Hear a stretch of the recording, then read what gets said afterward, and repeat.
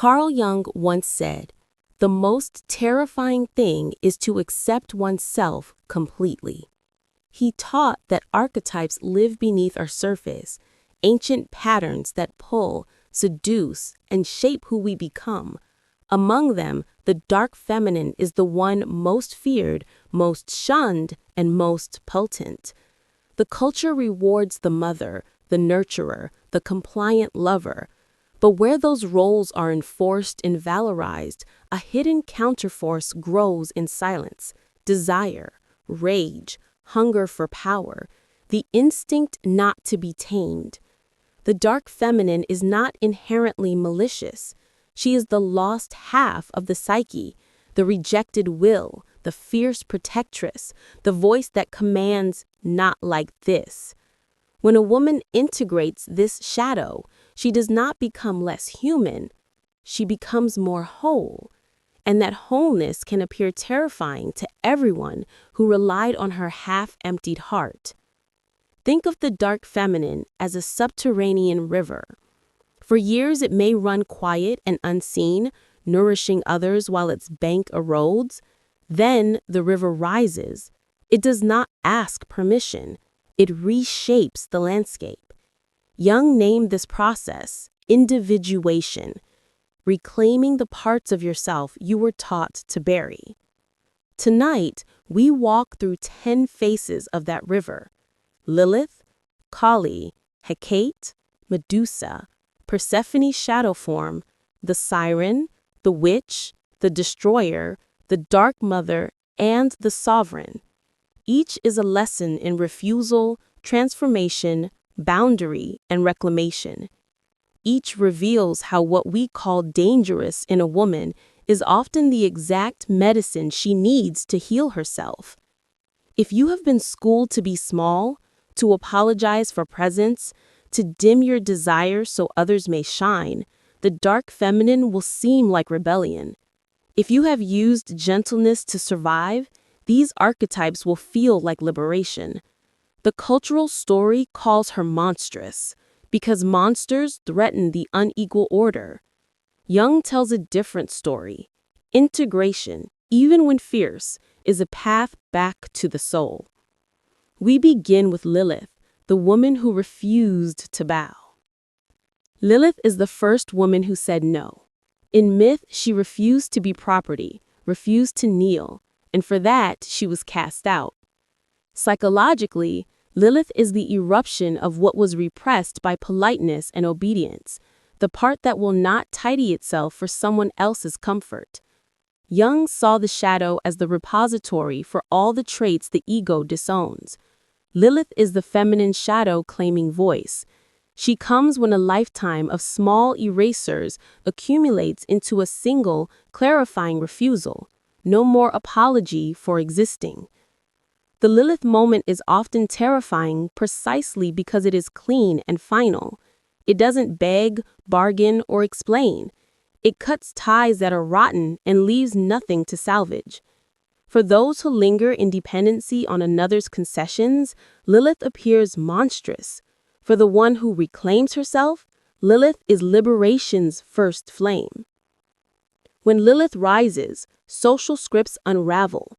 The woman who once softened her laughter at dinner suddenly speaks truth. She refuses to be the emotional default, the unpaid therapist, the emergency line without reciprocity. Lilith's power is boundary made sacred. She teaches that refusal is not cruelty, but a declaration of self-sovereignty. Jung's process of individuation demands such refusals. They purge the roles imposed by family and culture. Beware confusing Lilith with vindictiveness. Lilith is not rage for its own sake. She is the necessary refusal that prevents a life of slow death by accommodation. She returns a woman to herself, and in doing so, she returns a piece of the world to a more honest balance.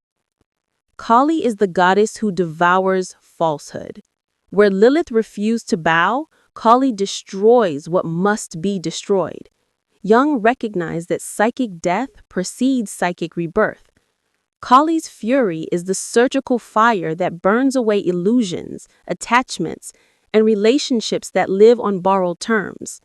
In the empath who finally chooses herself, Kali emerges as decisive, uncompromising dissolution. She does not apologize for endings. She recognizes that an unexamined survival is worse than a brutal truth. Kali's archetypal eruption can be catastrophic to the status quo. She ends marriages, severs friendships, and shatters reputations, sometimes publicly, sometimes in the quiet of a bedroom where a packed bag becomes testimony enough. Yet her destruction is an act of love for the soul. She removes the parasites that have hollowed out the host. Jung's enantiodromia, transformation into the opposite, is visible here. Tenderness becomes ferocity, passivity becomes action. Kali's return is not a spectacle of malice, it is a healing amputation. For the woman who has been the family's emotional pivot, Kali is the blade that frees her. Integrating Kali requires courage. It means witnessing the damage caused by patterns you enabled, the way kindness was exploited. It means choosing self-preservation over obligation. But in this ruthless clarity, the empath becomes whole. Kali does not create chaos for its own sake. She creates space for a new order that can hold a sovereign being.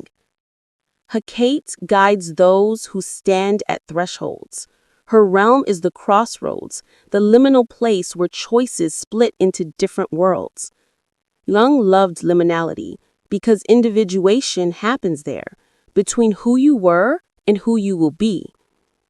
Hecate is the luminous, shadowed guide who offers torches rather than directions. For the woman awakening to her dark feminine, Hecate teaches the power of choosing. She illuminates the paths that require sacrifice and the ones that promise safety at the cost of self.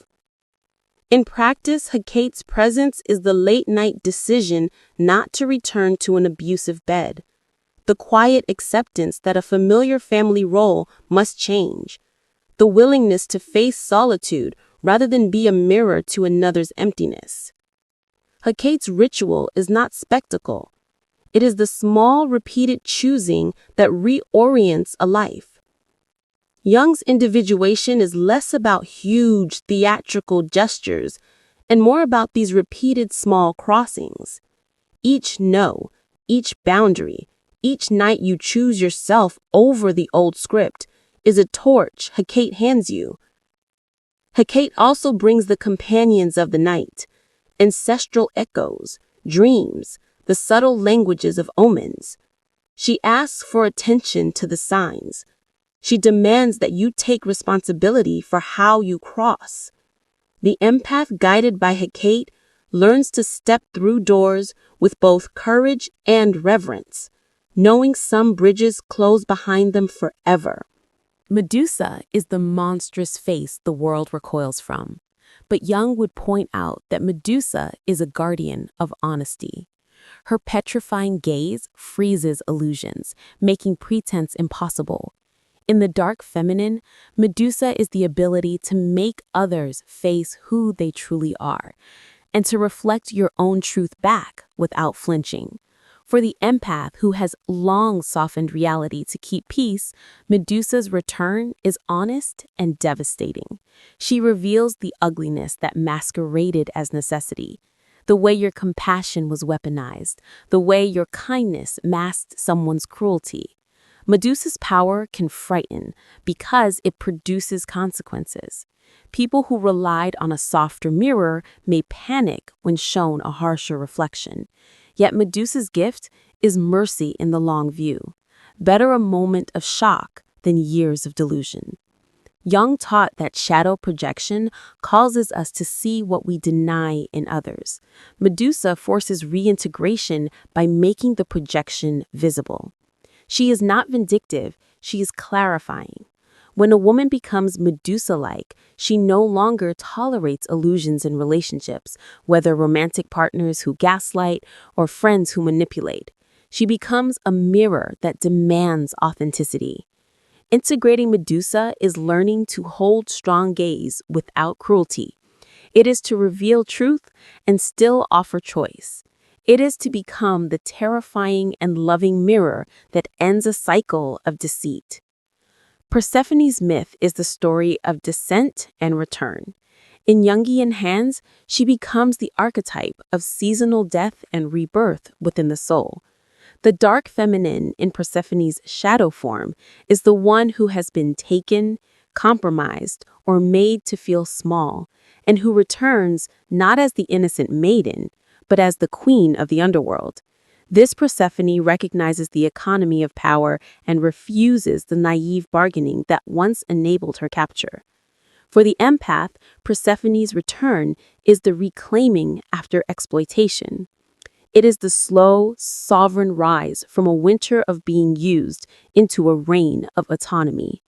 Persephone's power is ambivalent. She is tender toward the land that raised her wounds and lethal to those who would repeat the old crimes. Jung valued such paradox. Healing often contains paradoxes that culture cannot easily name. Persephone teaches that initiation into wholeness passes through contract with the dark. The empath who integrates this archetype does not romanticize suffering. She consecrates it. She learns to steward what was taken and to make of it a realm of power. Where once she may have sought outside validation, now she rules from within, drawing boundary lines like borders that cannot be crossed without consequence. The siren lures with song. Jungian psychology reframes the siren not as mere temptation, but as sovereignty over desire. For the dark feminine, tacking into the siren means owning erotic power without surrendering self. The empath who once gave sexual or emotional access in exchange for affection now sings and keeps the keys. The siren is not manipulation. She is the reclamation of attraction as a form of agency. The problem with a culture that polices female desire is that women learn to disown magnetism, making it available only under duress. The awakened siren reclaims that magnetism and turns it into a boundary, desire that can be given as gift or withheld as protection. Jung reminds us that libido is psychic energy. To deny it is to feed neurosis. The siren helps transmute erotic energy into a source of inner power, insistence on reciprocity, and the right to choose pleasure on one's own terms. Integrating the siren asks the empath to hold both seduction and refusal simultaneously. She learns to be attractive and unpurchasable, to make no apology for the body that is hers and for the choices she makes with it. This is dangerous to those who have treated intimacy like entitlement. It is liberating to the woman who finally writes her own contract for how to be desired. The witch is knowledge made embodied. She tends herbs, maps cycles, reads omens.